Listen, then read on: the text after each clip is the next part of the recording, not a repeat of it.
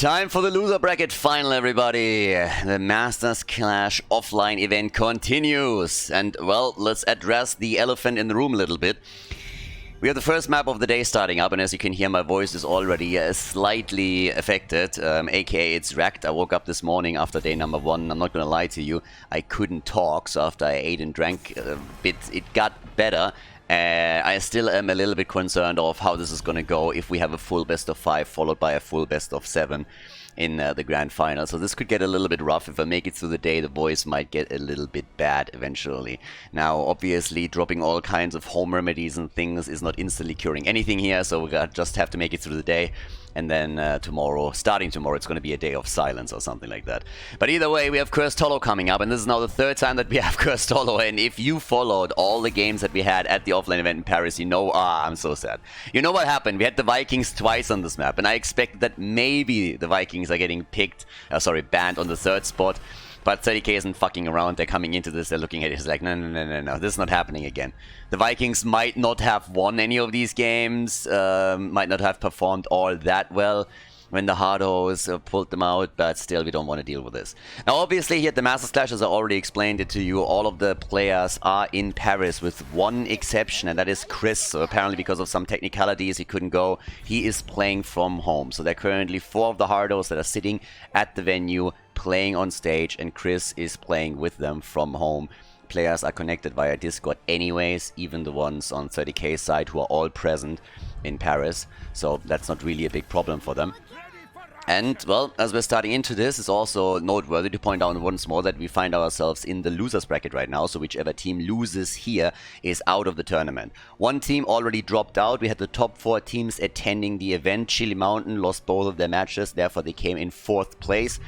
Whoever loses this one comes in 3rd place at the event. In total, we have prize money of 11,000 is being played out here, so quite a little bit of pocket change. And again, quite sad that I can't really provide you with a lot of footage that you can see from the event between the games. We oftentimes get a little bit of footage at least that we can show on the live stream, but if you're watching this on YouTube, for example, unfortunately I have nothing that I can show you here. Initially the idea was that we get a stream or a feed that would give us the footage from the event non-stop, and then I would have used that for my stream and for like the in-game commentary too, but that hasn't really been the case. So unfortunately options are a bit limited at this point. As it stands and we're heading in, it's noteworthy that Muradin is getting picked again, quite high up in priority. That's something that the Donuts, for example, have also done. They are, of course, already waiting in the grand final, the best of 7 series, where the team that enters the grand final through the winner bracket has a 1-game advantage. So once that we're starting with the grand final, whoever of these 2 teams that we have in front of us is going to win will face off against the Donuts, and the Donuts will have a 1-0 advantage heading into the first map. Now with the bans coming out, we have the ban against Tracer. That's more or less because of Dainu and the way that he already performed over the previous few days on the hero. Abathar gets banned too, which is sad in and of itself. We haven't seen the Slugger yet, but he would have been great with Muradin. We got Junkrat for the displacement. With the Nubarak and Blaze for the blue team, you have of course even more stuns that they can now put in. You have the stun lock, the mine that can be placed by Junkrat afterwards, and then he can simply throw the target into the team and I'll take it apart. But let's see what else we're going to get here, because on the side of the red team, we got Uther and Maiev. And that is a theme that is continuing from yesterday, where Nick has been playing Maiev whenever he could, pretty much, to an extent where eventually the hero was banned against them. So I could totally see that if he has a good performance here in the first game, that 30k is going to follow that theme and just says, alright, we're going to ban out Maiev against the Hardos for that series, because it seems that at least at this weekend, Nick is very, very much focused on playing Maiev and having an impact with that, tethering targets that get pre-stunned by Muradin and others, for example. Falster comes in, so we have a little bit more mobility on them, and also global pressure helps you also with boss control thanks to the Gust, and we get a Kharazim on top of that too. So quite a bit of mobility and of aggression that they have. I mean, half the team can pretty much just dive whenever they want to go. With one global now taken, the question of course remains what Chris is going to play here. Do they try and get some global interaction as well? Or what are they setting at the side of Muradin for this game? And the answer is we are having him on Chen. Chris on the Panda. And with that, everybody, we're heading into game number 1 of the best of 5 series in the loser bracket finally at the Masters Clash. 30k going up against the Hardos. Game number 1, we are on Cursed Hollow once again. One of my favorite maps. We had a lot of Vikings here over the past couple of days. But today we're starting things off with Ultralisk on Falstad. We have Dino on Junkrat, X-Ray on Karazim, Masquerade on Anubarak, and Dequaza is playing Blaze. On the right side of the map, we got the Hardos with Bad Benny on Murden, Hazu playing Chromie, Chris on Chen, Maiev played by Nick, using his account Hans, and we got Yazu on Uther. Alright, let's get the show on the road and see which team takes the lead in the best of 5 series and they attempt to face off against the Donuts in the grand final. Ultralisk already taking it easy over here, as Chen is all the way down at the bottom. Chris, the only one, as I said, that is not actually at the venue, which is always kind of funny when the players get introduced and are standing on stage, because you're looking at the Hardos and they look like they're going to play a 4v5, which is kind of funny. Like, yeah, we didn't bother bringing our 5th simply because, you know, we're going to kick your ass anyways. It's not quite how it worked out so far, but it always is a pretty interesting picture to see that. But yeah, I'm not quite sure what exactly happened there, but apparently some technicalities because of travel restrictions that went on. But either way, as it stands, communication is not going to be impacted by that. Oh, and if anything, Chris is getting murdered. Don't tell me. The fucking panda! The fucking panda survives! Check this one out. Have a look at this. Have a look at this. The fucking panda just simply survives. Gets ganked by 3. They're absolutely murdering him and he just walks away and doesn't give a shit. Unbelievable. Yesterday we had Chris playing, I think, on Tomb of the Spider Queen on Imperius, and he just got farmed from beginning to end. And now they're trying the same thing here on Cursed Hollow, and it just doesn't work out. Shen is sitting there, and he's just like, yeah, whatever. I'm the panda, I don't go down. Fat Illidan survives to fight another day. Oh my god. Anyways, so now with Chris just simply telling them, you can do whatever you want, but I'm not going to die here. It seems like the blue team has started to shift their strategy a bit. First objective is, of course, going to come up in roughly half a minute, or at least it's going to be announced then. And so we have the players now starting to go for the camps first. Siege lines are being taken a little bit early here, I want to say. But yeah, with that, they have to defend in the middle, as we have the red team already starting to move in an attempt to push the wall down a little bit. So that's what they're currently trying to do here. Slight adjustment also from Bad Benny compared to the build that we've seen Lauba use now plenty of times. So Lauba had an interesting build, honestly. Normally when you're... Oh, that's a kill. Chromie down. Nicely done by Ultralisk. Really nice catch, and that's also the first blood in the game. Well done by him. We have a little bit of a battle in the mid lane going on too, but as I explained, the build was a bit better, sorry, not better, but like different for Lauba, who went initially for the double clap on level 4, but then didn't follow up with a healing static on level 13 and still went into the Bronzebeard Rage. When we're talking about Bad Benny here, he goes into the more traditional reverberation if you're planning to go into Bronzebeard in the first place. So that's what we can expect from him. So after we now already got our wall at the bot lane destroyed and the first kill against Chromie, it seems like the teams are all getting ready for the tribute. Movement on the minimap is actually away from it. They're trying to go for Falstad instead, but they just have no chance. So the red team is giving up the tribute, not fighting for it, but instead trying to find some value in the middle of the map. The Hardos, therefore, letting this one slide and just giving it up for the red team. Alright. Bed of Barbs is in. And in the meantime, down at the bottom of the map, Chris is now starting to move in. Starting to attack Dequaza here right away. The two of them going toe-to-toe. The big problem, of course, for Chris is that the fountain's gone.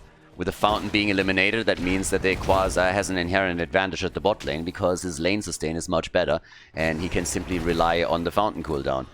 Whereas with level 7 now kicking in for the Hardos, they're already playing a bit more of a passive stance here, obviously starting to wait for level 10, but it also means that the blue team is pressuring even more aggressively, and that is something that we've seen especially yesterday consistently from 30k, that they're trying to exploit these small advantages and just build up a bit of map control by taking the walls down, taking the fountains down, and establishing more control over the middle of the map, and then continuing to just snowball that throughout the game. So that style is really working well for them. Control of the flow of the game and the map itself is something that served them well in previous games. Level 7 now with a heavy impact. Gone are the days where that actually stunned people. Back in the day when Muradin single-handedly could just perma-stun people because he was jumping around like a maniac and throwing storm bolts out left, right, and center. But now at least you get the additional slow, so we have it taken once again. Reminds me a little bit of the times when you also had the ridiculous Ignite Flame Strike setups that Khaldor could set up back in beta, I think. The aggression over the second tribute is also getting a little bit rougher to deal with for Hardos in particular, since he's completely isolated, but they failed to take him down, so now he's able to move away and get some extra damage in. Hazu incredibly low, and they're trying to chase him, but this time he paid attention, so that little dive over the wall for Ultralist didn't really do anything, but he's not the only one that's going to the back line. Masquerade wants the kill as well. Uther already down, and Chromie is going to fall. Chromie is down as well. They get the double kill, and they can now channel the tribute. Well done by 30k. Really nicely done here by them. And we're going to take another look at it. I mean, there was a beautiful dive there. I mean, obviously caught on the wrong side of the map when we're talking about Uther and Chromie, but they were trying to escape. And that was really well done. It leads to a level lead, more or less, a talent advantage. Now have also 2 tributes out of 3. So as far as openings into the best of 5 series goes, this is about as good as it gets. Well played by them. Yeah, 10 is in very, very soon for the red team as well. The Hardos are trying to take their own boss all the way up at the top. They're already starting with this. Temporal Loop is already in. Muradin with the baseline quest completed here at level 10, obviously. As this starts to kick in, was changed in one of the patches, in case you're a little bit surprised by that. We have the keg. Top keg plays are there for them. And I would still assume that we're going to get the avatar for Muradin. And there's the boss claimed on both sides this time. So yeah, boss moving in, avatar gets chosen, and we get the Divine Storm. Divine Storm for the extra stuns and the containment disc. So a bit more of an attempt at isolating players and stunning them out. The attack at the bottom of the map, and yeah, the defense is being set up too, but this fort is going to be gone in just a moment. As Falstad is defending the top lane, and there's Siege Giants attacking the top fort too. That's a really nice setup for 30k. They're taking the damage at the bottom, but Benny is in trouble. 7-sided strike is coming out. Chen is going for the big keg here. They're trying to also get Bad Benny, and the fight continues. Falstad is slowly making his way back down here. Could try to gust them back in as well if he flies. Bad Benny is about to go down, but it's X-Ray and a Nuborak that fall first. Chromie still in trouble. A little bit late here, and Bad Benny has a death wish apparently. First is Chromie that falls, but there's the Mighty Gust. Blaze is now dead as well. Chris is in trouble, and Chris... he dies. Chris dies, Bad Benny lives. It's a 3-for-2 trade.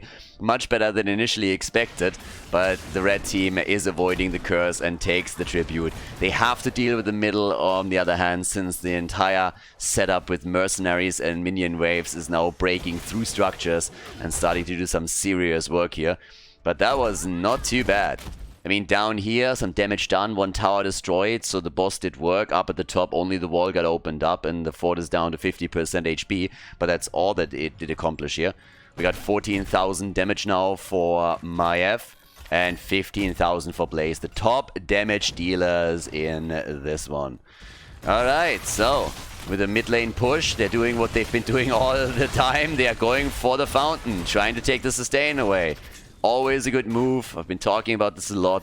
Take that fountain down whenever you see an opportunity and just murder that thing. Falstad is back up at the top. Ultralisk here, obviously. In a pretty decent spot, since he can still push this out and maybe take the fountain down as well. We got level 13 on both sides. There's no real advantage in experience at this point. And it's time for the camps again. Everybody's just moving for the Bruiser camps or the Siege Giants, depending on what's available here. 16 stacks for Falstad on the level 1, and it's tribute time again. Second opportunity for 30k to get the curse. Second opportunity for them right now, and the position is very, very good. A little more to the left side of the map, which of course plays into their hands. Could let this one slide too. Falstad is still pushing the top lane. And Masquerade needs to be interrupted, so they're setting this up as best they can.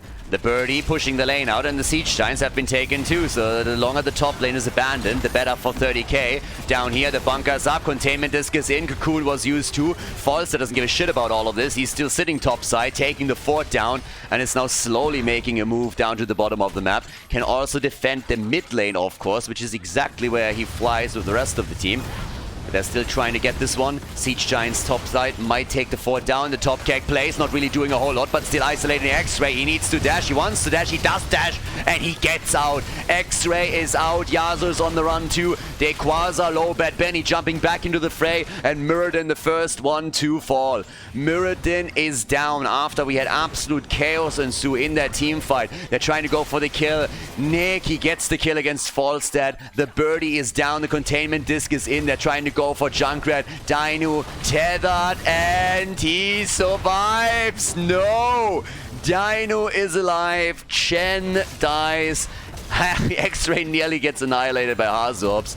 Talking about annihilation, the top fort has been dropped, but the red team at least successfully channeled the tribute, so they avoided the curse once again. What a setup. Fights all over the place. I mean, here's the attempt to go for Dino once again. They're trying to take Junkrat down, and it turns quickly against the red team as they are the ones losing a hero as Chen falls. 7 kills to 4. Elite experience for 30k now. And off we go. Yasuo's sitting right here. And let's have a little bit of a look. We got already X-Ray and Ultralisk sitting tight. We have all the way up at the top. Vision now being claimed. Dequaza, Dino moving around. And yeah, it's another tribute. And it's actually kind of impressive because 30k walked away with the first 2 tributes. And now we have 2 channeled in a row by the Hardos, which puts them into a position where technically they could be the one to put the curse onto the blue team. But the level 16 talents is a problem, and they're not interrupting. They're not interrupting. The curse is there. No interrupt on Uther. He gets the channel, and well, that's a curse. Question, of course, that remains is what are you going to do with the curse? But that is the best case scenario. That was actually big, and that was a huge mistake by 30k.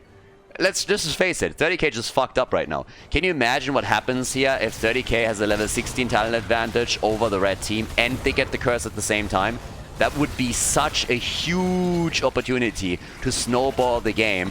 It's incredible. But now the blue team is cursed. They are going to start losing the bottom fort. At the same time, though, the mid lane fort of the red team is currently getting destroyed. So that's kind of awkward if your opponent is cursed and you are starting to lose structures. But this was still a nice play from the Hardos. And 30k, I mean, I gotta say, they simply just didn't... They weren't there in time. It's not like it's a mystery when these tributes appear. So that was definitely their problem. And I don't know. It's like 30k just has a mad advantage at the beginning of the game, and then they have a couple of brain farts that take the lead away from them. They attempt to go for Blaze. I mean, he still has the bunker up, so he could use that too. Here's the attack once again. Top keg plays after the cocoon was already used. Here's the birdie. The birdie, the stun, and the attempt to go for a kill. The Chromestar gets attacked. Hazu again in trouble. Yasuo is also low. Uther, he might die too, but the first one to fall is Chromie, and they are cleaning house right now. Everybody is so low. Chris gets attacked. They're taking him. They're trying to go for Maiev. She's there too. The Panda is eliminated. Kill after kill, and another dash for Uther. As we have X-Ray maybe inting here. Nah, he gets away and we're all good. But yeah, have a little bit of a look here at the setup. I mean, everybody's on the run and they get some of them. Uther survives, but at least they get the kill first against Chen and against Maiev. They're also diving for Muradin, who they weren't able to eliminate. But they can sneak the boss away from the opponent's team at the top side. So now we're looking at 10 kills to 4, a 2-level advantage. Things are looking better and better for 30k. Epicenter on Anubarak is obviously helping a lot too, and they're just taking the momentum to destroy even more structures. So we have a boss marching through the top lane, we have the fort in the middle, already eliminated. Dequaza is taking care of experience at the bottom, and with another boss being available, it's very likely that they're going to go for another big move here. And of course it brings them closer to level 20, which is the next milestone for them. Get them to level 20 and then try to push here. The entire red team is defending at the top, so they're not losing too much. They're losing time, but they're at least not losing any big structures here. The Junker is sitting at 34,000 damage. And giving you guys a little bit of an idea also what Falstad has been doing so far in this game. Not only is it the stats that he brings to the table in terms of wave clear and hero damage, but you look at the experience and you can see that he's spending a lot of time on these side lanes just doing his thing. 12,000 total experience for him. Big lead, of course, for the red team. Sorry, for the blue team in particular when we're talking about heroes. Nice timing also, so they didn't take the boss immediately. They're timing it around the tribute because they know that the Hardos have to fight for this one. It would be the third tribute for 30k, so they're forcing the Hardos. Hardos are now sitting here and they're saying like, okay, this kind of sucks, we need to defend the tribute, but at the same time, this boss and Falstad at the bot lane, they could do some serious work here. So another attempt to channel. All that the blue team has to do is interrupt and buy a bit of time for Falstad at the bottom of the map, and it puts the timer on the Hardos. Double stun is already in. Harazim is dashing around with the cleanse, making sure that nothing happens.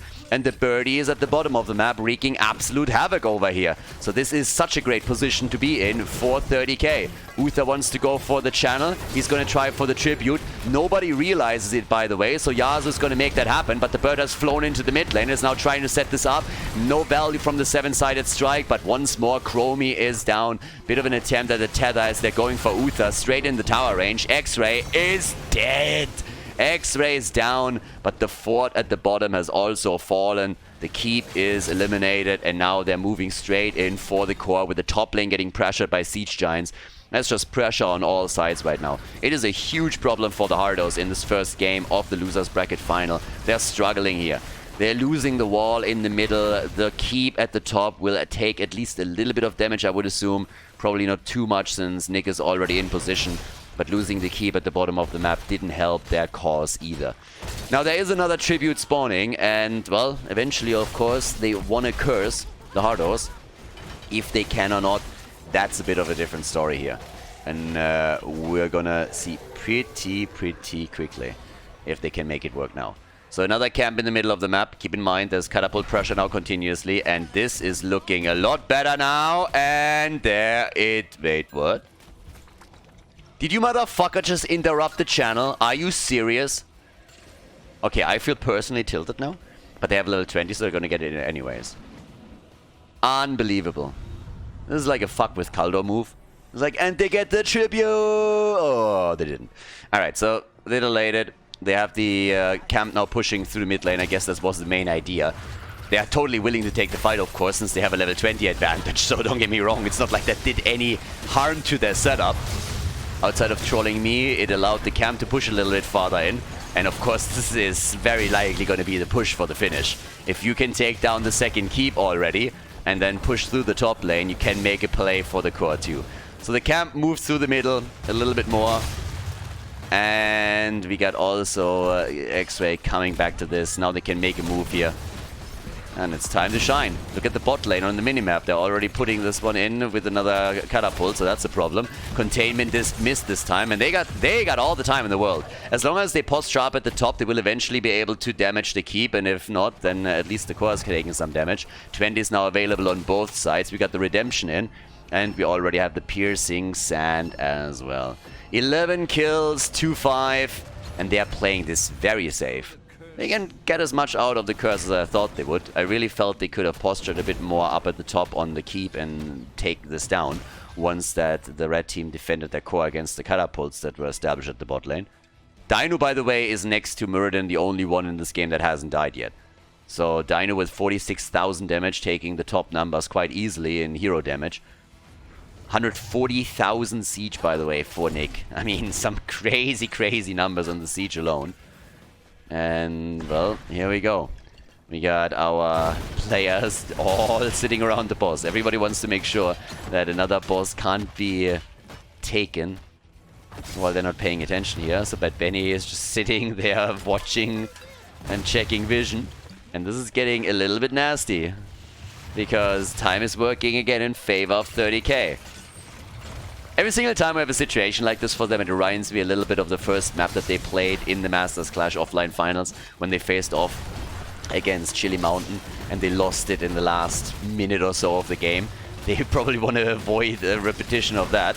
Falls dead. He needs to get up. If he wants to gust and take the boss, he needs to really come in now. They can't side lane in all the time. The 4 versus 5 is starting. Yasuo is in trouble. He has redemption though. The bird comes in and Yasuo is down. That's a good kill. But the boss got taken by the red team, so they let this happen. And of course, Uther will be back in just another second.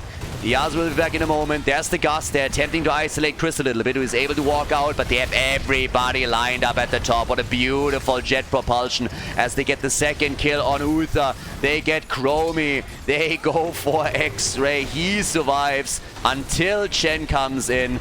And Chris is probably getting murdered now too. He tries to at least get a kill against Dequaza, but that did not work. And that was an interesting setup to say the least. What a fight. The jet propulsion was just fantastic. Now the blue team is going towards the tribute. Nobody's defending the top, but I think this probably should honestly solve itself.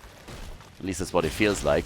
They want to go for the boss at the bottom and then end the game together with it, which should be possible for them, even without their support. And let me have another look here. Every time I see a boss walking on the map, I'm like, alright, I'm going to keep my eye on that. I remember what happened to 30k before. There's only 2 heroes on the side of the Hardos. It's a desperate move. They're trying to see if maybe there's someone isolated that they can take down, but that's obviously not the case. But Benny gets put into a corner, has to pop the rewind in order to get away. Masquerade does the same to dive over and stun out Nick, but it's of no consequence. They can't take him apart. And the boss gets eliminated with the keep still standing. This is going to be the move for Core on the other hand. X-Ray is back, but he still has a little bit of travel time before he appears here with the rest of the team. And it's a 5 versus 4 until he arrives. So they need to be a bit careful. And the boss is going to hit hard. 21 minutes in. This is going to be a tricky one. They're starting to go straight for it. Already the stun. And Dino, his first death in the game. Dino is down. So is Uther. No redemption for him this time. And that is likely going to be the end of the game. Without a support, it's going to be tricky. But then again, they're actually doing a really good job burning that boss down. Way better than expected. Still a 4 versus 4. Core gets attacked. They're trying for it. But yeah, there's just no stopping this one. That's a great game. That's a wrap. That's 30k with a 1-0 lead against the Hardos in the loser bracket final. And nicely done and well played as we're heading into game number 2. Before we head into game number 2, make sure that you subscribe to the channel if you haven't done it yet so you don't miss out on any future content here on Khaldor TV.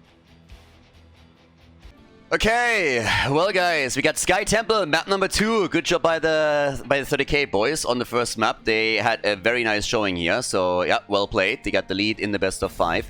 Our loser bracket final continues.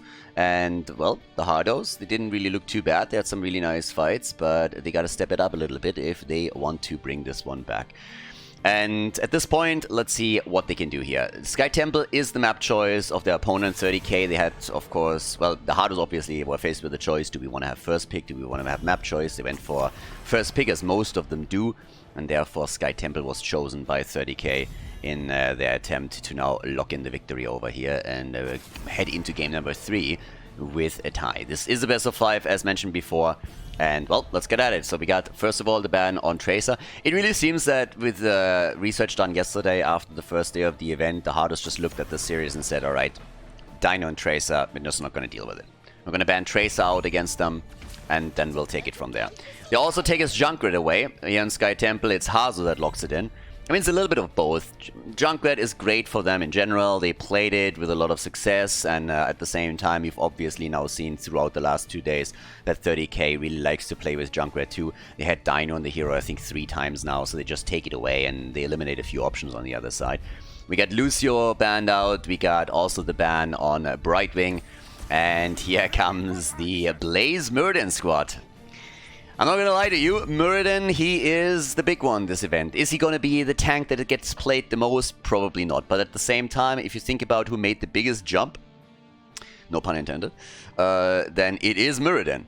I mean, he really came in swinging. Before that, he was played occasionally as a stun option, but right now he's getting played more often than before.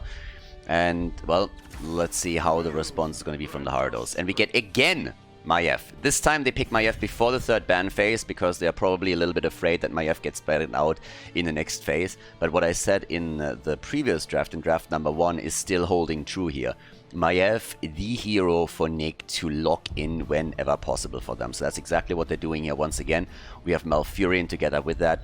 As I explained in the Korean meta, Malfurion is actually very, very high up in priority. And so now they're going to go straight for that. Okay, we got Varian banned out. Yeah, Benny. Benny and his Varian obsession. It's not that bad anymore. A couple of months ago, it was an insta-lock whenever he had the chance, and he got the chance a lot. So we saw him exclusively on that one hero. But now he gets banned out. If you have Malfurion on the other side, you don't want Varian to come in with a taunt. Malfurion follows up with a root, and then the target is obviously up for everybody, just like Pylons and Damage, Junkrat in particular, but also Maiev with the tether could really help out there. Zeratul gets banned too, and they're really going all in on Dino. They're picking his Junkrat away, they're banning out his Tracer, they're banning out his Zeratul. Starts to feel a little bit mean. They saw him on the cameras, and they said, like, you know what, like, let's make sure that that guy doesn't get any of his heroes, that he can really wreck our backline. But how is 30k responding? They have the lead now. They want to extend this. They want to get the early 2-0 to have a very solid advantage and have 3 potential match points in a row. We have X-Ray on Uther. Even more stuns. Jet Propulsion, Storm Bolts, Uther with the stun. Could go Divine Storm. Sylvanas coming in with a Veiling Arrow or Mind Control. And, well, that is dangerous. Pretty beefy too. On Sky Temple, a little bit surprised that we didn't have a false start pick, to be absolutely honest with all of you. Might still get that. Leo gets taken. What is Bad Benny gonna take? It is Garrosh. Okay. Garrosh in, and Ultralis, are we gonna get the birdie? Do they want to have a little bit of global? Do they want to try and control the macro game here? False set would be a great option if they want to go down that path. I had to double check twice to make sure that he's not actually banned, that I'm not just sitting here talking out of my ass like, why is Falset not banned? And then the first comment that I get on any video is going to be like, idiot, because he was banned. But there's Genji. Alright, also very mobile, can jump between the lanes, so they decided in favor of Genji. Pretty sure that Falset was at least a debate point for them here. Sky Temple is the map. Let's jump in. Map number 2, without further ado, we got the Hardos going up against 30k again. Game number 2, 30k is in the lead, and well, off we go. On the left side, 30k with X-Ray on Uther, Dino and Sylvanas, Masquerade on Muradin. We got Ultralisk and Genji, and a Quasar on Blaze. On the right side of the map, it's the Hardos with Bad Benny on Garrosh. Hazops is playing Junkrat in our second game of the day. Chris on Leoric. We got Nick on Maiev playing the account Hans, and Yasu is playing Malfurion, heading straight into the Emerald Dreams. Okay, so let's go. Let's see what the Hardos can do here. I wouldn't mind to have like a long series between these two teams, but 30k has been pretty good. Oh, Bad Benny, Bad Benny, Bad Benny, Bad Benny, and he's dead. Well, that's a quick int. That's Lauba level inting that we just saw there. Lauba, is it you? Sub 1 minute death? I mean, that was the meme for a long time, but no. Lauba, by the way, has died a very, very small amount in the games that he played. I think only one time was he the first death on his team throughout the tournament. So he changed his MO a little bit. There were like weeks where we had a very reliable Lauba in at the beginning of the game, and if that didn't happen, you know that something was wrong with the team. But right now, that's not the thing anymore. It's a little bit unreliable on that, so yeah, they're obviously watching this as well, waiting for who they're gonna face in the grand final, and yeah, there's the kill against Blaze. So that's already kill for a kill here. It's actually an interesting question. I don't really know who Lauba and his team would like to face off against more. Would they prefer to go up against 30k or against the Hardos? Considering that they spanked the Hardos in the first round of the event, I wouldn't be surprised if they said, well, Hardos is probably better for us. It just seems like they are the Hardos kryptonite. That's honestly what it feels like.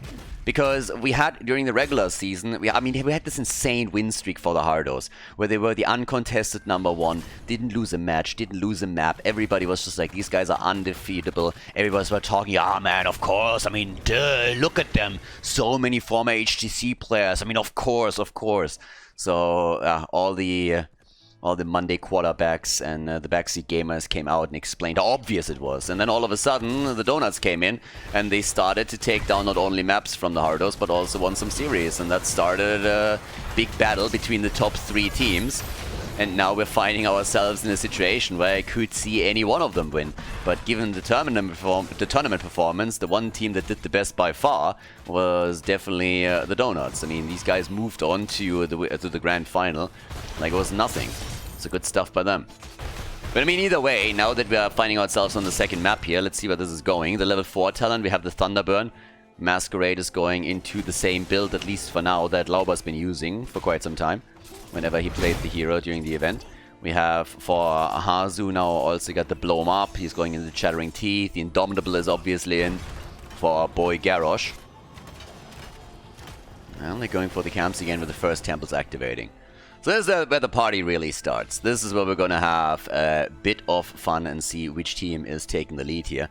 Not really I mean, there's not really a lot of experienced leads. There's actually nothing. Pretty much dead even right now.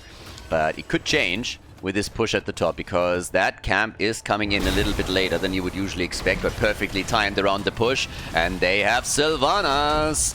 And off we go. First tower is down. They're trying to go for number 2 at the bottom of the map. Genji and Junkrat are fighting it out, as the Junk Boy is trying to escort 2 Siege Giants towards the structures to take them apart as well.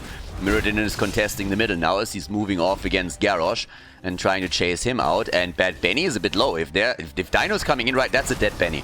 Bad Benny turns into dead Benny. No way. Really? You didn't kill him? Unbelievable. Alright, alright, alright. Bad Benny turns into good Benny, and Mirrodin is dead. So that's an easy kill right there, I suppose. Bad Benny survives all of this. A bit unexpected, but it happened. And now we have 2 kills against 2. Slight leading experience for 30k. And the top fort very, very low, but the same is also happening here in the middle of the map, as we have this one obliterated too. So, Genji. They find out where he is. Moonfire by Yazu reveals him. And, well, let's go. I'm still waiting for the boss to pop up another 40 seconds and see if anyone makes a sneaky move early on, or if we're going to have the late game boss battle between them again. Not so sure about that. So, 2d2. And already on the level 7, the drain momentum. Yeah, they want the structures now. Blaze wants the one at the top, and the red team is just saying, okay, if he takes this one, we're going to move into the middle. But they are stopping him right here. But I think Blaze can eventually, yeah, he gets it. He sets the oil ablaze, and then we have the first fort of the game eliminated. Nicely done. The boss is up as well. Okay, the Scarab is in action. They are going to get their Siege Giants here too. It's a tiny lead for 30k.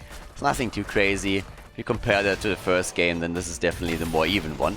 They're trying to go for Nick. Tether is in. Masquerade jumps out. And yeah, the root didn't really connect here. Obviously, you could try and turn this too.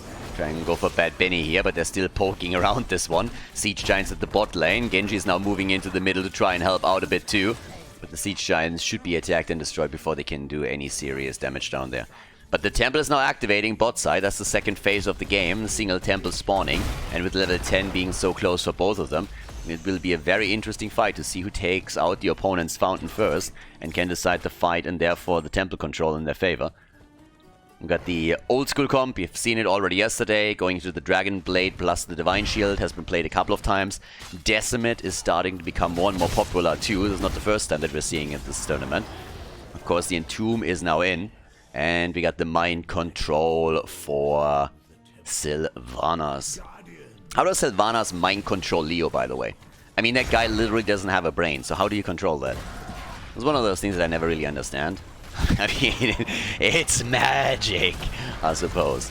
So they have the control, they take the fountain, that's an opportunity. Masquerade is there, should probably help out as they are making a play for the Quasar, who has to pop the bunker, coming in for it immediately. And there's the Entomb against Dinu, and that Divine Shield keeps him in play for just a bit longer. Still alive, tries to turn in, gets healed. And that is a nice escape for 30k, but they're not quite done yet. Ultralisk. Alright. They can all tap the fountain, and that is the big advantage, of course, that they have at the bottom of the map here. The red team has taken over and is firing the shots at the top. The Bruiser camp is pushing the lane and threatening the fort, which forces Blaze to rotate topside and deal with the situation. So he's moving in to eliminate all of that, soak the experience, and ensure that the wall is not falling. But at the bottom of the map, the fight continues. It's a 5 versus 4 by now, with Bad Benny getting attacked quite heavily here. Not working just yet. A little bit more of a push, and they take it. The fort is down, and that is the Hardos making a little bit of a statement. So they are taking the lead in structures. Could now rotate into the mid lane too in order to deliver the final blow there. Eliminators. But yep, let's go. Divine Shield is up. Oh, he trapped that minion. That would actually be the only way how you can... That is probably the only way how you can delay a minion wave. You go behind the minion wave with Leoric, and then you entomb the minion wave, and that will delay the minion wave a little bit. I don't think I've ever seen that done, and it would probably be a really dumb thing to do, but I think this is the only way this works. On a 40-second cooldown? I mean, if you do it here, then maybe you have it ready when you move in again. Worth it? Probably not. One time for science? Hell yeah. Level 12 on both sides. And we got 6... Oh, Genji, careful. Quest completed.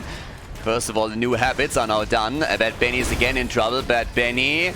He kind of dodged the Storm Bolt by getting stunned by Uther. It's one way to do it. Divine Shield on Uther as it comes out. Bad Benny, and how is he alive again? It just feels like they're getting greedy.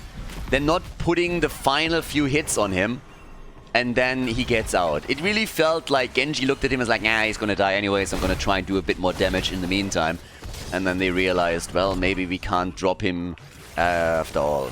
Masquerade jumps out. He doesn't go for the Bronze Beard Rage, so he actually goes now for the combo. And that was a little bit weird to me. We saw a couple of times now Thunderburn taken as a level 4 talent and still Bronze Beard Rage. But at this point, as you can see, we got the healing static in, so this is more the old school setup where you're trying to jump into the middle of the team fight. You just clap the shit out of them and you get a mad amount of heals in the same time. So that's one of the things that you're currently trying to do. Again, Masquerade already down at the bottom of the map. Two tanks are attacking each other. Masquerade with a stun attempt. Has Benny died? I don't think Benny died yet, right? Ah, he died twice. Both kills against him. Nice move, Khaldor. And there's number 3. Alright, he goes for the triple Riptire with quite a bit of damage, but not enough to deliver a kill. Leo is up at the top, and there's a dead Blaze. Blaze is down. Yasuo helps the team to push in a little bit harder, and they're going for it. Also, the shots are completely soaked up at the top. Nicely done. Chris is doing his thing, and at the bottom of the map, the party continues as the blue team is attempting to at least get some shots too. That would lead to the bottom fort being destroyed, and they need to catch up in structures, but it seems that the Hardos have a very different game plan for this one, and they're just saying, no boys, we're going to absolutely control this. We want the last temple as well, and with Garrosh now coming back and there only being a 4-man available for 30k, this is looking pretty good for them. The disc comes out. Dino, the maze to the face as Chris is cleaning house. Masquerade is also in trouble, and he's dead too. The dwarf gets killed, and Ultralisk, cooldown or death. One of the two. Yep, he's dead. So that's all of a sudden 3 more kills for the Hardos, who now take a significant lead in experience. They have a chance to go for the boss, and they are building up some serious momentum here. There's an opportunity to go straight down to the bottom of the map later, take the final shots on the temple, make sure that you're taking the fort down there for at the top. You can take the boss, push through the bot lane, and that is looking just great for them. They're looking really, really powerful here. It's a very solid setup on the map, and thanks to all the kills that they just got, they can of course take total map control, get every single camp that is available and in their reach, and then even time that a little bit. So yeah, nicely done by them here. Capitalizing on the last fight was super important for them. And they're looking fantastic.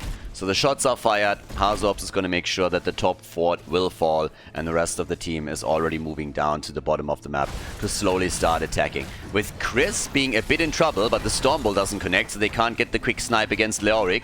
Maiev is not here yet either, so on the way. Top fort, by the way, hasn't fallen because Hardos had to join the fight and help out a little bit. So they need to get one additional shot in order to make that happen. They trap Uther. X-Ray gets caught. X-Ray. And he's trapped between a rock and a hard place right now. The boss also coming in. X-Ray says, help, help, team, let me go. And they just drop him. No chance for him to escape here. Boss and the Hardos were working together very well to make that work. Masquerade also finds himself on the wrong side of the fight, but at least he can jump out again. And here we go. Yeah, Masquerade is an upgraded Gimli. Gimli needed Legolas to throw him around a little bit, but apparently Masquerade has not been skipping leg day, and he can just jump, jump, jump all day, every day. Yeah, he can bridge those gaps pretty easily. Bad Benny! Yeah, they kill Muradin. They take him down after all. The disc is out, and the Hardos, they're going hard on this one. They want to go for Dino, and that didn't quite work. They Quasar with a good jet propulsion too, but he's immediately met by the Entomb, and that's the end of Blaze. Blaze goes down in flames, and the keep at the bot lane also gets destroyed. Nicely done, well played. Big advantage now for the Hardos. They are absolutely running the show at this point. They have a 1-level lead, they are 5 kills ahead. We have them with an opportunity to, as expressed, take these shots, drop that fort, and then start attacking the middle of the map where the shots are gonna travel next. So there it is, first one taken out, shots are attacking the mid lane. And yeah, everything is looking great for them. Absolutely great. So this is pretty awesome. That's pretty solid what we're getting here. 4 to 9 kill count. Muradin died 3 times. The tanks, by the way, all of them dying here. Right. A little bit of a push down to the bottom of the map. Careful, Genji. No more voice lines from you until you kill something. Yeah, I gotta deal with the siege giants. And there we go. Okay. By the way, absolutely true. I thought about it. And it wasn't actually Legolas that threw Gimli, it was Aragorn. I was already thinking for myself, wait, that can't be. Elves are just way too weak. How would an elf ever throw a dwarf? That just doesn't work. It just doesn't work at all. Elves are, you know, like, they're already too weak to hold a sword. They always have to, like, go straight in for the bows and everything. This is a stereotypical setup. And yeah, definitely true. But either way, now that we're heading into the later stages of the game, it's noteworthy that level 20 will soon be there. And then we have a potential push for a second keep. Yeah, 1 minute and 45 seconds. I mean, that's enough time to soak the experience for level 20, so the boss isn't really gonna become a problem, at least not up to the point where we have level 20 on both sides. But either way, they should try and push it a little bit once that they have their Storm Talons. There's nothing to steal, honestly. Maybe the temple is being activated by the time. Or they're gonna push for the top lane, siege up, and hope for the buried alive. That could be a thing. But there's very little to gain, actually. The Hardos are in a situation where it doesn't really work all that well. So, yeah. 20 is there, 19 is there too. So, 1 level. The gap between the two of them, still the same. And Junkrat hasn't made a move there yet either. And, well, let's go. Siege up in the middle, I suppose. Well, just take the temple. Thing is, if they take the temple, it's not going to drop the keep completely. Not even with the wall already being attacked. That should not be enough. I don't think so. And the gap in experience is closing so quickly that 30k might be able to contest this one. Yeah, this game isn't over. There is a lead. There's an undeniable lead for the Hardos, but it's still, you can still recover if you win a decent team fight. I mean, especially now. If you win a team fight now, once that they have their level 20, the boss will be up just in time for you to take the boss too. So if you win the next fight, 30k still can decide its game in their favor. We're late in the game, so there's that. But well, let's have a bit of a look. There we already got our redemption. The Dark Lady's call is in. And well, he's already using it. Bad Benny, they're trying to go for him. Bad Benny, he just doesn't die. Instead, Masquerade is low, 100 HP, 4 HP, and then Chris comes in and finishes him off.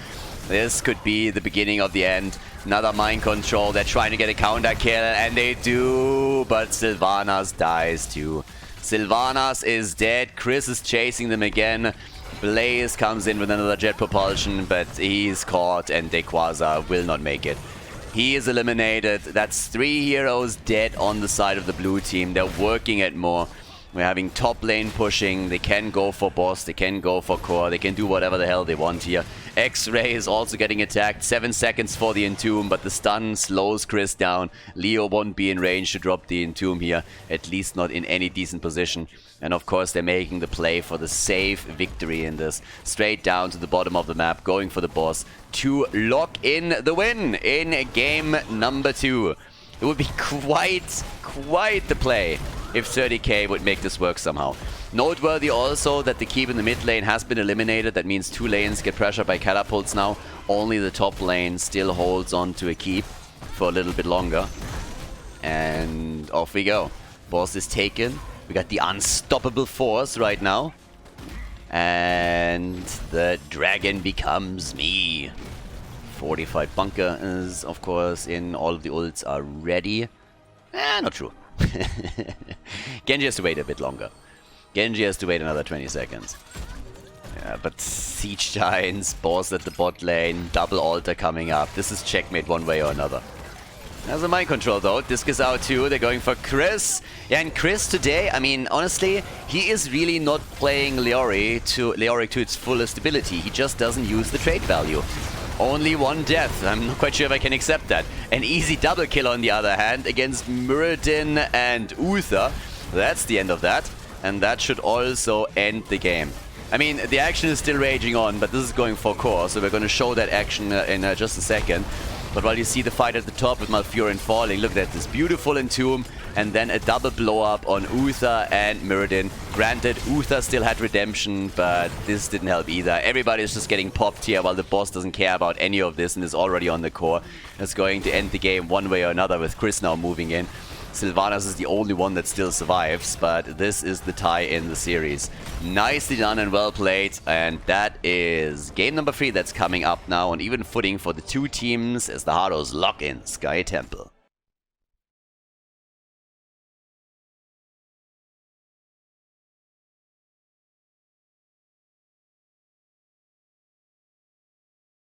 Infernal Shrines, map number 3, let's go. The series is tied, 30k against the Hardos, Sky Temple taken. And I gotta say, the more heroes I'm casting, the better my voice feels. I don't know if it still sounds weird, but it seems that in the future, whenever I have any kind of problems with my voice, with a sore throat or anything, the solution is simple, just cast more esports games. So, yeah. But Infernal Shrines is our next map. Big question. Maiev, yes or no? Who's going to play Maiev? Please tell me that they're banning it this time. First, we got a ban on Vala, and we got the ban on Lucio again. But here it is. We have Kerrigan. That's another good one for Nick, obviously. It's not only Maiev that really excels. Nick has played or started to play Kerrigan when he brought her back into the meta, mainly on Infernal Shrines and on Tomb of the Spider Queen, obviously. So right now, there's Junkrat also banned out. The next one. And on top of that, there's Blaze. So yeah, still, Maiev is up, and now that Kerrigan is banned out, will we get the Maiev pick again? Will they ban it out before that happens, or is Nick just going to shift things completely here? Because it is surprising how much he is allowed to pick Maiev throughout the entire tournament. Even some of the players were commentating in the chat on the live stream earlier about it, how they can't understand how Maiev isn't banned more regularly against them, given how much they favored the hero choice so far. So it's kind of interesting too. But, well, with that, we got Chromie taken. Yeah, Hazu is playing a lot of Chromie, by the way, this tournament. A lot of Chromie. There's certain maps where she gets banned out, but this is a pretty common occurrence now that we get the little dwarf in. Which kind of reminds me... Yay! Shut up. Kinky. Haven't slapped Chromie around in a while, so every now and then, you know, you just gotta go for it. I got that soundboard for a reason. Fake dragons everywhere. Unbelievable. There's the Tracer pick together with Malfurion. Nicely done. Awesome stuff. So with that, we now got the easy pick on Tracer for Dino. Finally, he gets it. Earlier, we had the hero completely banned out against him. Zeratul 2, if you remember. And with Malfurion as a support, we have a fantastic setup for them right now. So it is time for Dino to show us his Tracer skills. Alrighty. I'm really liking that. Liking that a lot. Dino and Tracer is always awesome. There's certain players and certain heroes that are great. And that's also why Tyrael gets banned, by the way. The core build back in the day, when you really wanted to play Tracer, the best lineup you could get away with was Tyrael, Malfurion, Tracer. Tyrael pretty much trying to provide the shields, helping out, of course, in other ways too, but the shields were super important for Tracer, helped her to dive in. And then you also have Malfurion with the overheal that you can get the heal over time. So there's a lot of cool aspects to all of this, and that's one of the reasons why Tyrael gets banned out. There's, of course, more to it, because with Sanctification plus Bunker, you have a layered defense that you can set up against the opponent, and on Infernal Shrines that reigns supreme too. So there's a lot of stuff that you can do with all of it. Then again, on the other side now for the red team, what are we going to get here? We currently got our next double pick coming in. We still need a hero for Bad Benny. I assume that Nick is going to pick last. Could see a Stukov. Depends a bit on what the main tank is going to be for Yasuo. Brightwing and Lucio got banned out, as you oftentimes will see. So there's Varian, and that should be a Stukov pick. Varian into Stukov into Chromie damage, so they're trying to go blow a target up. And that's obviously a little bit dicey for Tracer now as well. If she gets taunted, our girl might have a problem. That might be the end of her, if that ever happens. Okay, so... how do you round this out? I mean, do they get anything else to keep Tracer alive? Yeah, are they that worried about it? Or do they just believe in Dino? Ooh, Gul'dan! Alright, time for some Fel. Gul'dan and Jojo.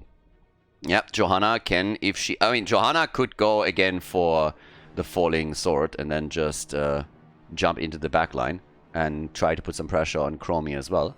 And put her out of the fight. Stukov, of course, too. Can also still work with the stun. I mean, there's a lot of options of how you could play this one out. Nick with a last pick. And what's it gonna be? It's a Zeratul this time. Alright. Goes for the Albino Zeratul skin. And with that, we're heading into Infernal Shrines. Map number 3 in the best of 5 series here in the Losers Bracket Final. Game number 3, 30k against the Hardos. On the left side, Dequaza on Blaze for the blue team. Dino, we have him back on Tracer. It's going to be a fun game. And Gul'dan gets played by Ultralisk.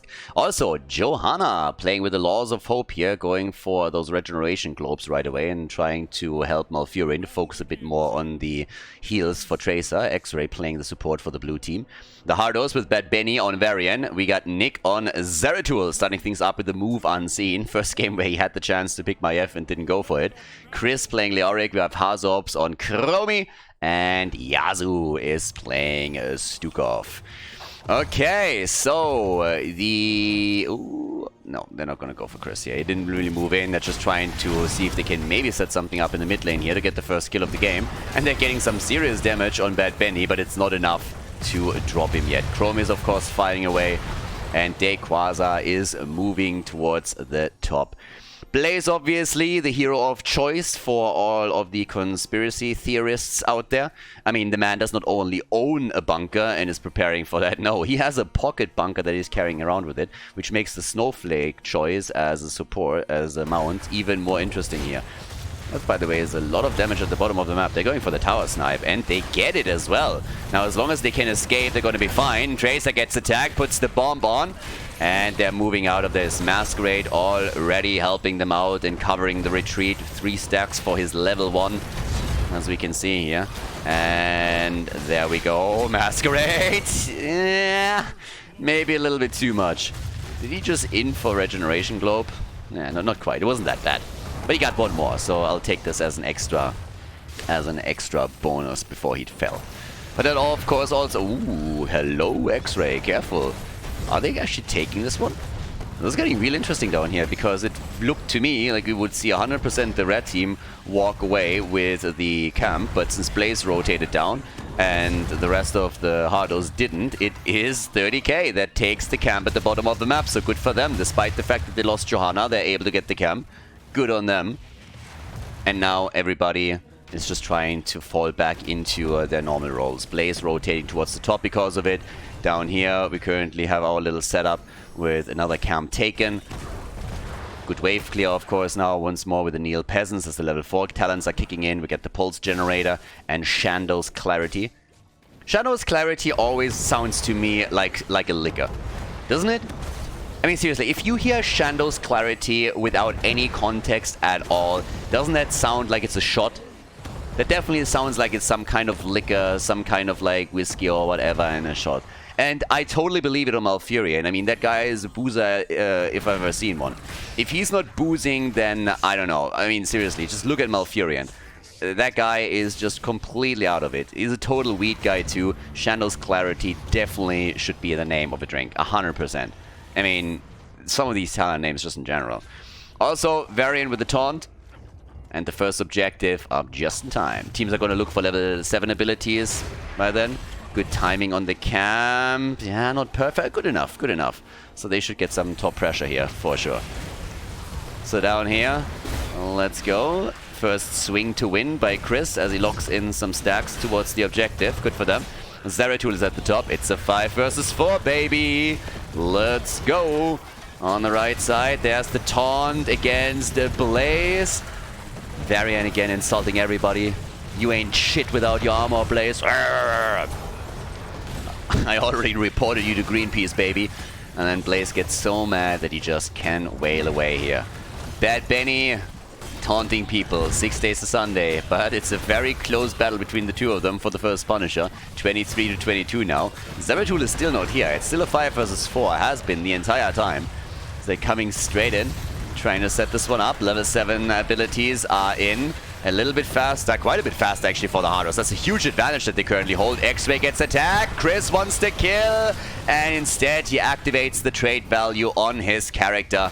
And the Arcane Punisher gets taken by 30k.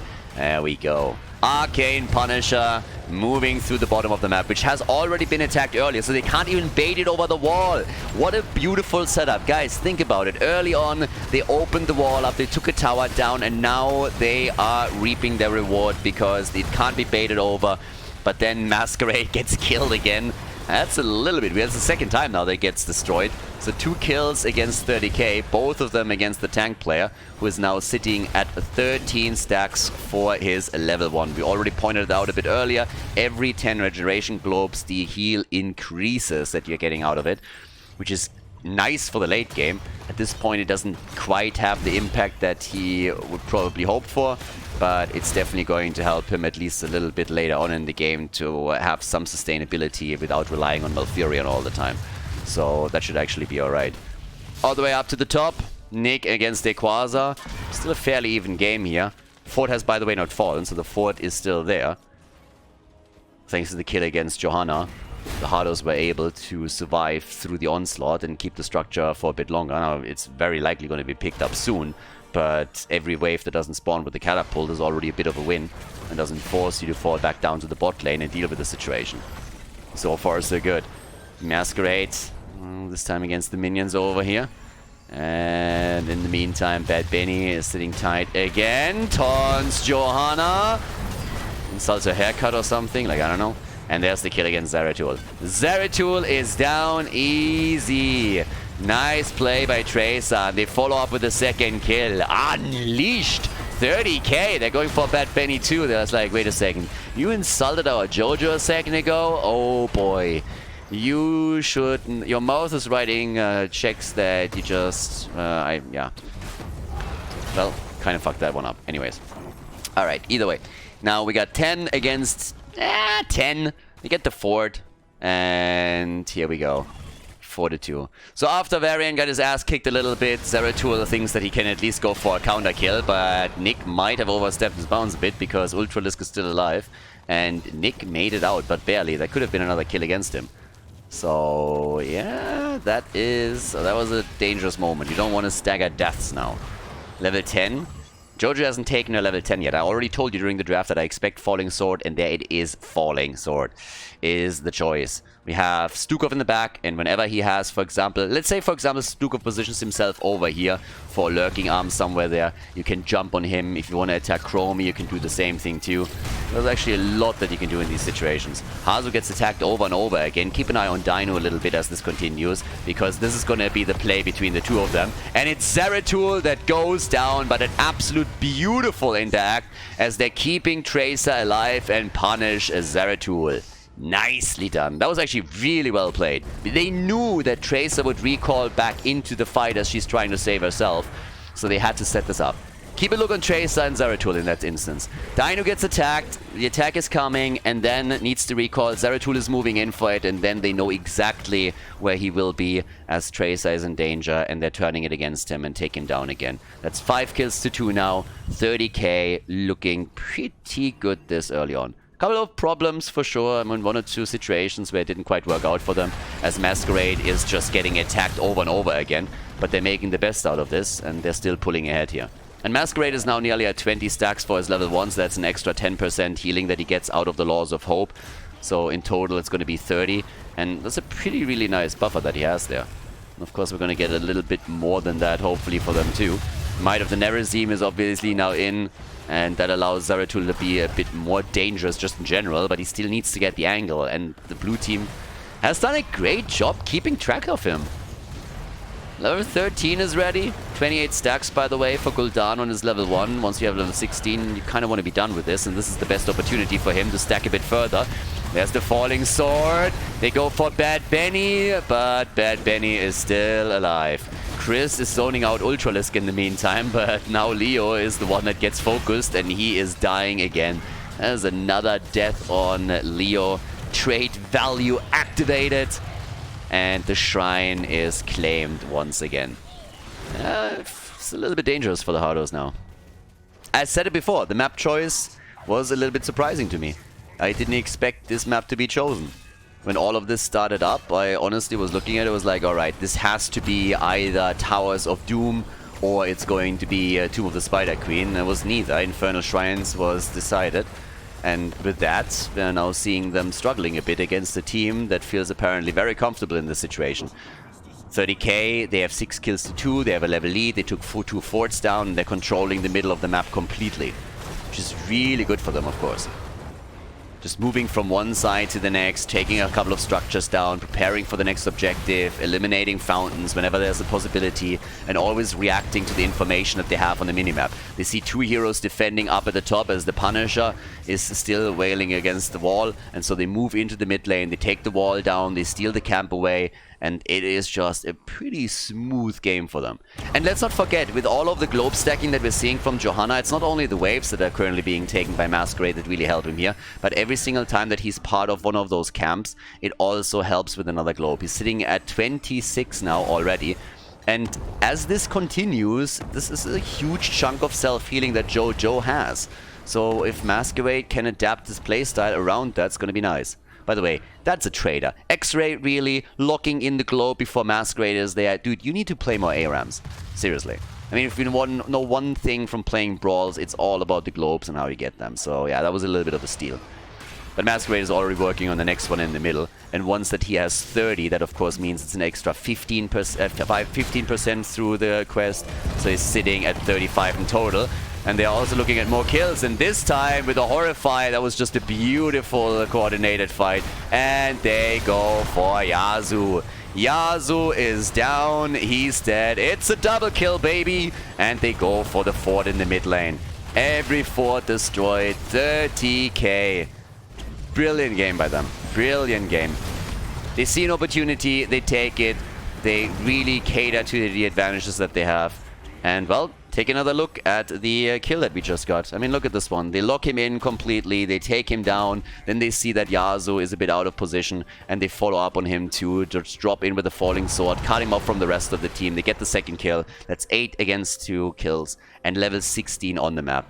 And of course it opens up even more opportunities on it, because they can now safely take their own camp while they are pushing out the lanes. Masquerade is farming some additional globes and is currently sitting at 30. Had to let this one slide, but still, 30 globes?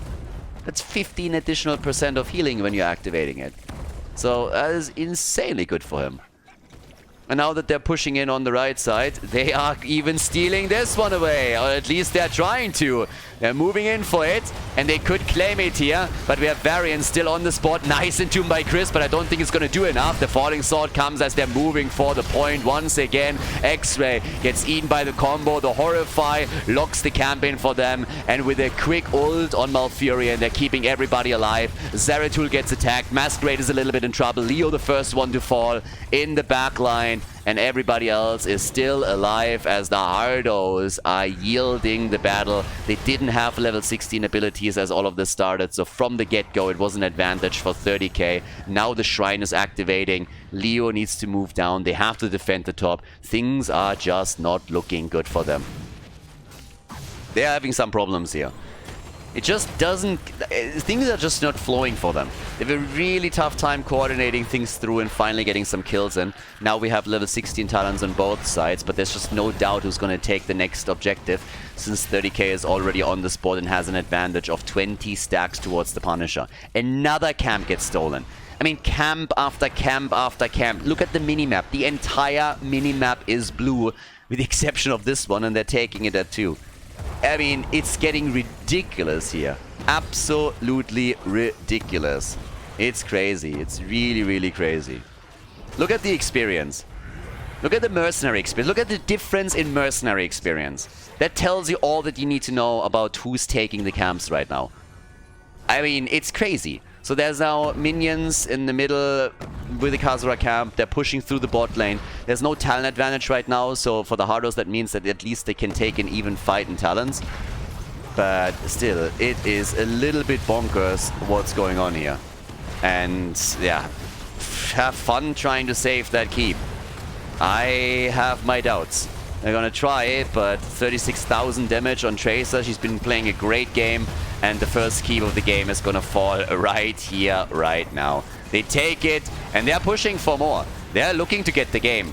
If they can get a kill, nice jet propulsion. If they can get a couple of kills here, they might just be able to make it work. Ult on Gul'dan, the end of Stukov, and they're going for Chris, who also dies as Tracer rips him apart. The Hardos are getting murdered. Varian is down, the core is getting dropped, and that is another big win for 30k as they take for the second time in this best of 5 that lead. A 2-1 lead for the blue team as they win Infernal Shrines.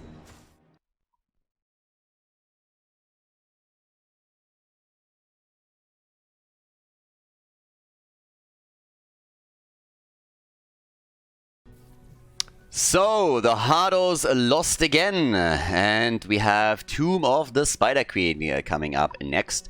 This time it was the choice of the team in blue, which is still a bit of a surprise to me. I mean, it's a little bit of a weird setup, right? On the one hand, you know that Tomb is one of the better maps of the Hardos. On the other map, there's only on the other hand, there's only so many maps in the map pool, and at some point you just have to prove that you can take your opponent down anywhere. And let's face it, 30k already has a 2-1 lead in this, so this is the first match point for the blue team. If they win here, they move on to the grand final where they face off against the Donuts.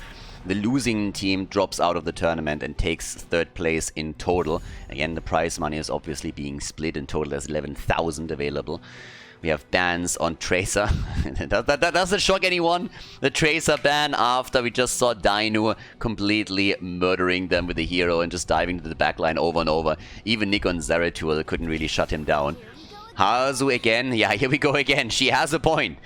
Chromie has a point. Here we go again. This is the second time in a row now that he plays Chrome. Actually, he played her in the first game. Yeah, Curse. He played her in the first game and he played her on the last map too. So 2 out of 3 times Chromie was now picked by Hazu for the Hardos with limited success. Now that I think about it, those are the 2 maps that they lost. So maybe not the best pick for them. I don't know. But we have Dequaza and Masquerade with a Nubarak and Blaze. There we have it. Nice. So they're going for the dive again, trying to attack with some nice stun compositions. But yeah, the Chromie pick. 3rd time is the charm. That's apparently what they're thinking here. So far they did have no success with that, but it is another Chromie play that they're aiming for.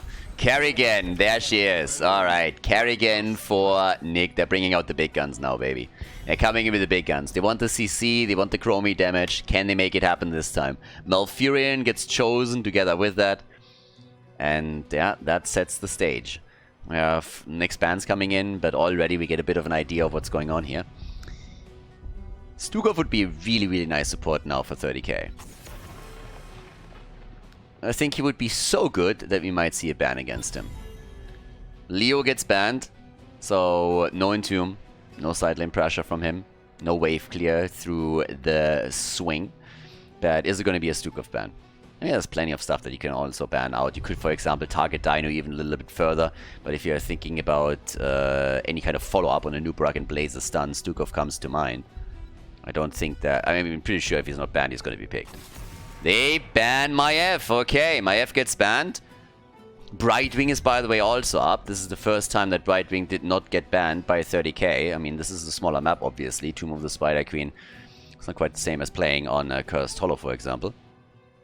But, yep, off we go. Do they follow up on the stuns with the Blaze Lurking Arm? Or what's the game plan for the blue team now? And what is Dino going to play? That's another big question. Is he going to go back to his Cassia shenanigans? Nah, it's the Sylvanas variant here. Okay, so Deckard Cain, the old man. Okay, no Stukov, the old man for X-Ray. Hit him with a stick, baby. Can Nick carry with Kerrigan? That's the question. Does he have the big boy boots today or not? Last two picks for the Hardos. Again, tournament life on the line right now. You lose this map and you are third place and out. Chris on Imperius. Last time that he played Imperius and Tomb of the Spider Queen, it didn't go too well. So let's hope that he's ready to step it up a little bit. We have May played by Bad Benny. Stay Frosty. And Ultralisk on the last pick for the blue team. This is where it has to come together. What is Ultralisk going to play for them now? Could go for even more wave clear if they want to control that. They have Blaze for the bot lane. Who's going to join the 4-man with the rotation between the middle and top? It's Medivh! Medivh is coming in. And that is the setup for game number 4. Two of the Spider Queen, everybody. Can the Hardos survive? Can they bring it to the final map, to a best of 5 that goes the distance? Or is 30k deciding it in their favor now to move on to the grand final to face off against the Donuts? We'll find out right here. A 2-1 lead for 30k puts them in a position where they have 2 match points now. First match point on Tomb of the Spider Queen, Ultralisk on Medivh, Dequaza on Blaze, X-Ray and Deckard Cain, Dino on Sylvanas, and Masquerade on Nubarak.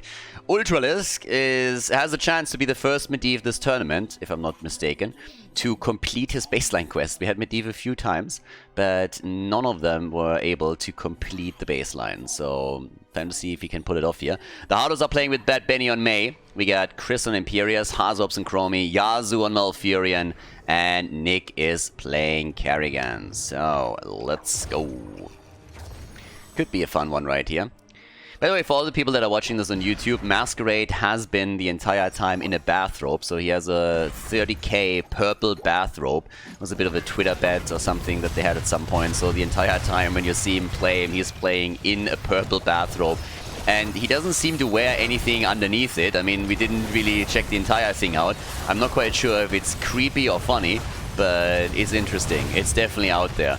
He made a bet and apparently he lost it, so now it's bathrobe time for him. And yeah, so far it's been working.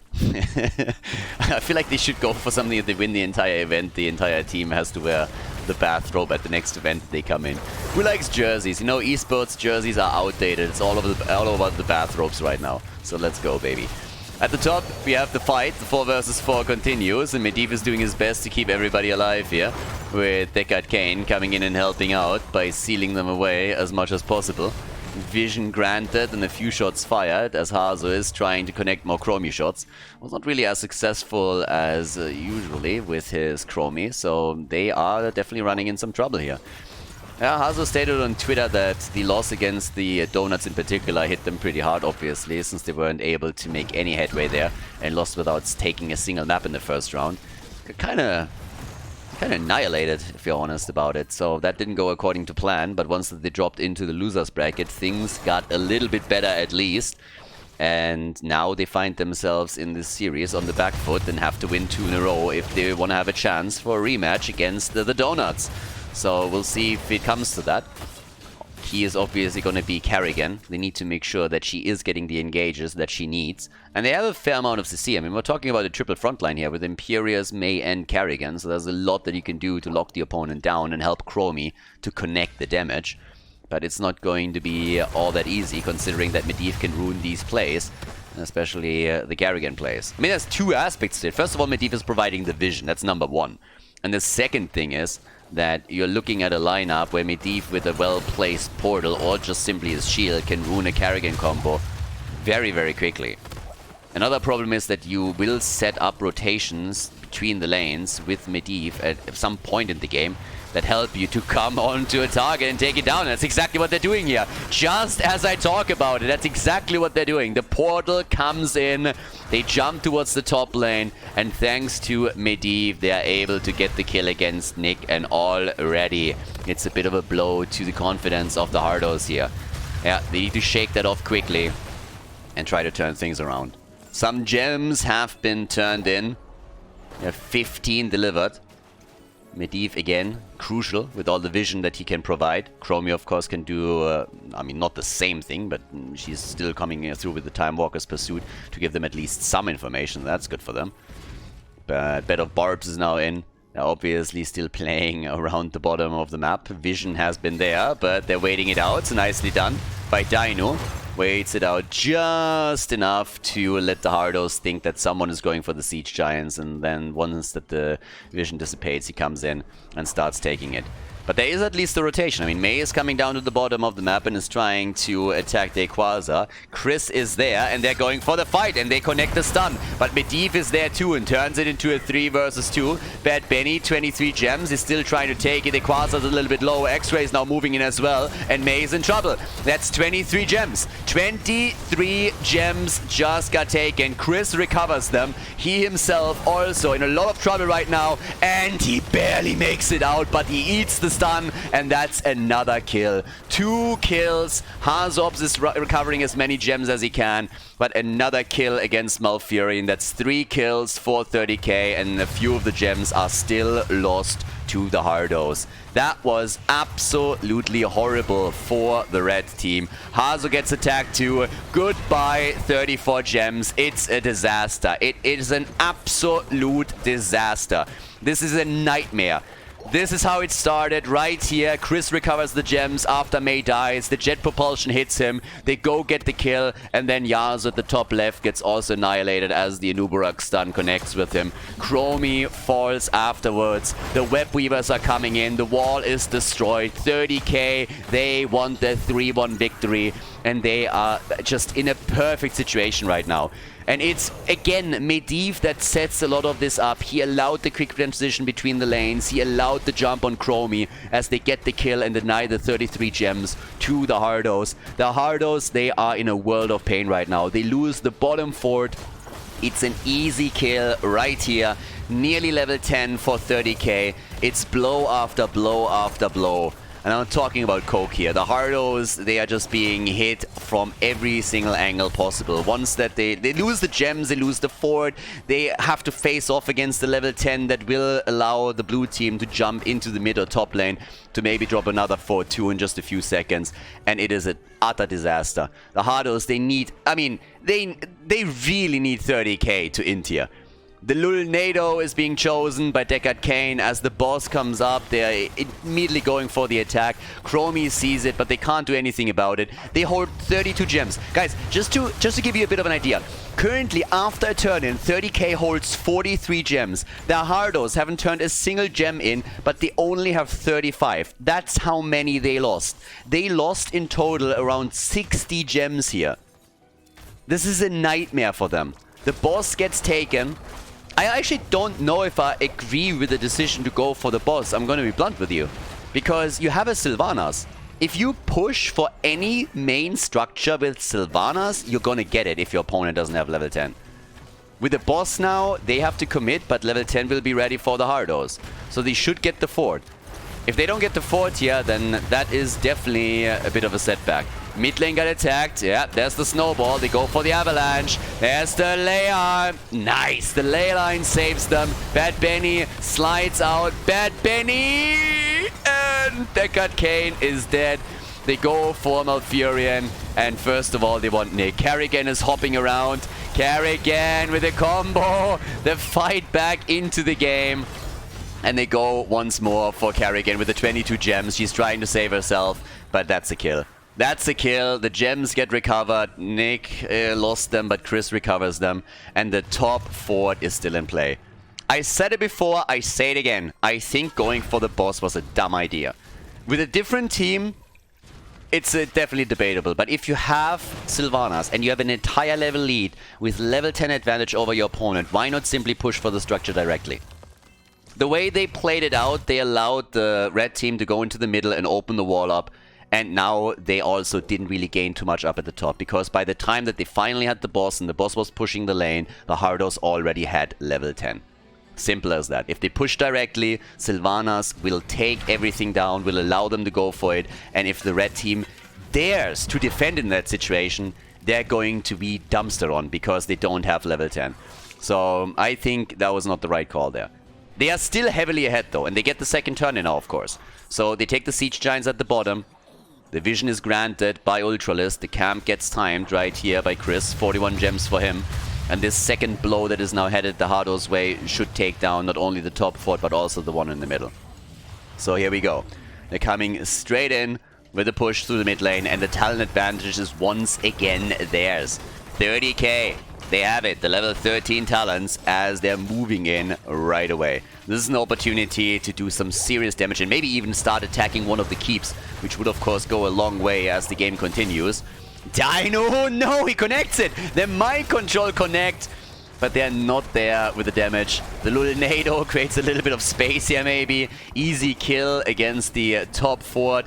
Obviously, this one is going to fall as well, and they rotate down to the bottom as the fight continues. Once again, the Cocoon is already out. His bunker is getting dropped, and Nick with the Omega Lull as he jumps in, popping his ult, has to retreat. Yasuo's also a bit low as he's attempting to keep everybody alive. Nice engage by Mei initially, but she pays with a life for it, and they're trying to get the kill against Masquerade, but even that doesn't work. Medivh just too strong.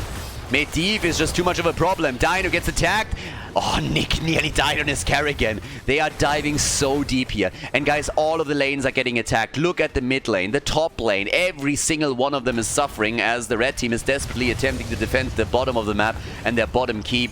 But they're losing too much ground here. In the middle, it's going to be the end of the keep, and we are only 10 minutes into the game. Carrigan has started to attack the top web weaver and defend the keep. They are able to do that. But it is just a disaster, an absolute disaster for 30k, sorry, for the Hardos. 30k, they are running the show. And look at Medivh, he's at 37 stacks. He has 37 stacks right now that he can run. Easily. 3 more, and he's done. So, play as safe as you possibly can if you are Ultralisk in this situation. You want to make sure that you don't die. Don't get too cocky. You're way ahead right now. But this can still turn. This could still happen. 1 keep down, 1 attack. 82 gems for the Hardos. They haven't delivered a single one yet. Not one. But Chris, he has 54. If they just sneak him in somehow, he single-handedly can deliver. And I like this one. This is a safe delivery here. Play it safe. Make sure that you don't lose anything. They're still interrupting a bit. They could try and go for Chris. Yeah, there's the interrupt. The rest of the team is now rotating in. And Nubarak can dive if he wants to. Keep your eye on Ultralisk, of course, too. Medivh, he needs those 3 stacks. Does he get them? They look at Hazu. They see an opportunity, but they are not making the engage immediately. Lulnado is in. Chris gets attacked. And they are also focusing about Benny once again. And there's no turn-in. And level 16 is ready. The Hardos were trying to push for the turn-in sword because they knew that level 16 would become a problem very soon, and now 30k has it. So there's another talent advantage that is being run by the blue team and makes it nearly impossible for the Hardos to turn their gems in. And this is a disaster for them. They need to deliver the gem. It's their only ticket back into the game, the only opportunity that they have. They lost way too many already to begin with, but the ones they have need to be delivered so that they can get 1 or 2 Web Weaver waves and play around them. But it's impossible right now. Masquerade is interrupting again. Chris doesn't have a chance here. Beetles are also in the vicinity. There's the mind control, the interrupt on Chris, Cocoon in the backline on Carrigan, and they're trying the attack. Bunker has to be used soon. Leyline, Lulnado, X-Ray, and he gets out. X-Ray's out. Ultralisk with 38 stacks is low. Nick, the portal, and they kill. They kill against Carrigan. Ultralisk is a single stack away from completing his baseline. And to make matters even worse, this is headed towards the bottom of the map, and they're not going to be there in time to save the keep, are they now? Yeah, this isn't looking good. This one is going to fall. The keep is... Nah, there it is. The keep is gone. The keep is gone, and the boss is getting attacked at the top. What a nightmare for the Hardos. This is not looking good, guys. Not even a little bit. They need to win this map if they want to stay in the tournament, if they want to have a chance to advance. And 30k? They're just showing no mercy here. This is looking absolutely stellar. If you're a 30k fan, it is time to be excited, because it seems like they are moving on to the grand final. But we're not there yet. We're not there yet. Keep in mind the first map that 30k played in this tournament. Don't forget about it. I'm pretty sure that there's at least one guy on the blue team that is saying the same thing in voice now. It's like, don't get cocky, guys. Remember what happened back then on Infernal Shrines. Here comes the attack. The boss is in. Only 13 minutes. Only 13 minutes. It feels longer. But this isn't a strong boss yet. This guy isn't all powerful just yet. Only 13 minutes into the game. It's not like this guy is just whamming away. Quest completed for Medivh. That's already a bit of a win. But the top keep is not gonna be destroyed. The boss is not strong enough yet. Another camp on the left side. Gets attacked. They're trying to take this, and the game will continue with an attempt of both teams to turn in. Now, the blue team, of course, controls every single aspect of this map now. But there it is again. Chris with the turn-in attempt, and this time it hits. They have level 16, and they deliver. The first Web Weaver wave for the red team. Now, the big question with this is obviously, what does that do for them? What does it help them with? And right now, the honest truth is that it's going to be rough, because most of these lanes are pushed out, so the Web Weavers are not going to travel that far. They're going to start on the right side of the map, and that makes it very, very difficult to get some solid value out of them. We're 14 minutes in. At the top, you already see the attack coming through. And the red team is obviously attempting to accelerate the process a little bit by blowing those minion waves apart and escorting the Web Weavers in to finally take a fort down. They need to get some structural damage done, or the catapults are gonna rip them a new one as time continues and the catapults scale. The top one has already been defeated. In the middle of the map, they're still hoping for a fight. Obviously, the Hardos would love to battle it out now, because there's no level 20 for 30k. It's a 2-level advantage for the blue team, but they don't have the extra talent yet. So it's all about the mid lane. Yeah, there's the mind control. Dino has to jump away, and does, as he gets attacked and focused. But they're trying to go for Nick again, and they can't get him. The snowball is out as the avalanche gets used. Then again, May is also in trouble. The ley line, and Bad Benny. Bad Benny turns into Dead Benny as they focus on Carrigan to lock in a second kill. The Web Weaver at the bottom of the map is still doing damage to the fort, but the situation here doesn't get any better. Good Chrysalis from Nick, and he turns it against Medivh all of a sudden. But still, they're all a little bit low. There's a ley line again. Chris! Oh! Chris! That was a close call. Yeah, Carrigan is jumping in again. Nick is trying to carry them hard, but there's the kill against Malfurion. They're trying to go for Chris too. Carrigan dies, and Chris might die to Dino. That's going to be a nice battle, but thanks to the ult, another kill! And they all die. Yeah, they move towards the core, but yeah, look at that fight again. Look at that battle between Dino and Chris with Imperius and Sylvanas. The mind control, after that the shot of Chromie. The core wide open, only Bad Benny is still alive. And they're trying to end it right here. They're coming straight in for it. It's 13 seconds until Malfurion is back. Bad Benny gets attacked. Web Weavers are already on their way. It's not only the push that we're seeing here. No, it's what's coming next. The top keep is obviously gonna fall, but we're talking about the core here. Bad Benny gets away. The shield is already gone. This is gonna be a win for 30k. It's just no stopping this any further. 30k is moving on to the grand final, everybody, to face off in a best-of-7 series against the Donuts, who will have a 1-0 advantage over 30k. Nicely done, a well-deserved victory. The Hardos take 3rd place at the Masters Clash. Congratulations to the blue team.